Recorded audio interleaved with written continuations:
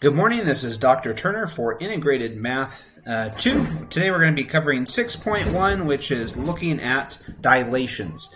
In Integrated Math 1, we covered different types of transformations. We also covered them in 8th grade when we looked at reflections, rotations, and translations. Those are all types of rigid transformations that maintain both shape and size. Today we're getting into similar triangles instead of congruent triangles, and similar triangles or shapes will have the same shape but a different size. And so the transformation that maps an image onto the same shape but different size is known as a dilation. So that's what we're going to be covering today. We're going to look at definitions of different types of dilations and then look at what's known as a scale factor. So start out, when we're looking at dilations, we have reductions and enlargements. So as the names might imply, an enlargement is when my shape is getting bigger, and a reduction is when the shape is getting smaller. So both of these are types of dilations. Again, a dilation is maintaining the same shape but a different size. And we're going to talk about what that looks like in later sections for Unit 6. But for now, for dilations, we just want to be able to identify what a dilation is and then identify what's known as a scale factor. So a scale factor is basically how big or how small the shape is becoming. So if it's getting bigger or if it's getting smaller, whatever that ratio is, we refer to that as a scale factor.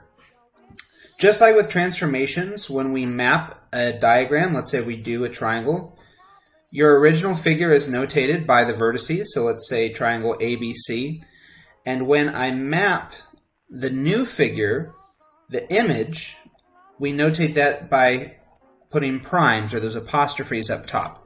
So the original figure, if you'll recall, just like with transformations, is the pre-image.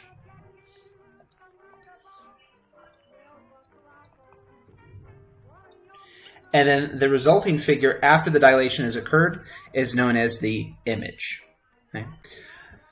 So some of these problems will simply ask you to identify what your scale factor is. So I could give you a diagram or I could put it in words. It'd be the same thing. So let's say I have an equilateral triangle where my sides are 6 centimeters each.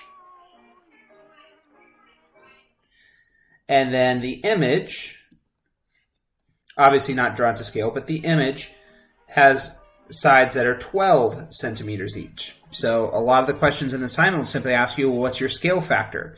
Now, it's important to pay attention to what's your pre-image and what's your image, because that'll change what your scale factor is. So if I say, and we'll use ABC still, if ABC, the original figure, has side lengths of 6 centimeters, and the image, ABC prime, has side lengths of 12 centimeters, then this is an example of an enlargement. Usually you'll be able to do the mental math. How do you go from 6 to 12? 6 times what is 12? But you can always take the image side length and divide by the pre-image corresponding side length to get the scale factor, which in this case is 2. Now again, as I mentioned, it's important to pay attention to what's your pre-image and your image, because if, let's say, you didn't label it properly and you were going from ABC prime to ABC, 12 to 6, you would get a scale factor of 1/2. That would be a wrong answer. If this is a multiple choice question, you probably will have 2 and 1/2. So pay attention to your pre-image without the primes and then your image with the primes. This is an important distinction to make. Again, it could be given in a diagram or it might simply be given in just words. So for instance, I could say triangle ABC is equilateral with side lengths of 12 inches. The image, ABC prime, has side lengths of 3 inches. Find the scale factor. So you don't need to have a diagram. You can. Sometimes it'll help, but some of these questions will just be given in words. So pay attention again to what's your pre-image or what's your image. Here I'm going from the original figure, which had side lengths of 12 inches, and I'm going down to 3 inches. So I take the image and I divide that by the pre-image, and that'll give me the scale factor, which in this case, reduced to fraction, is 1/4.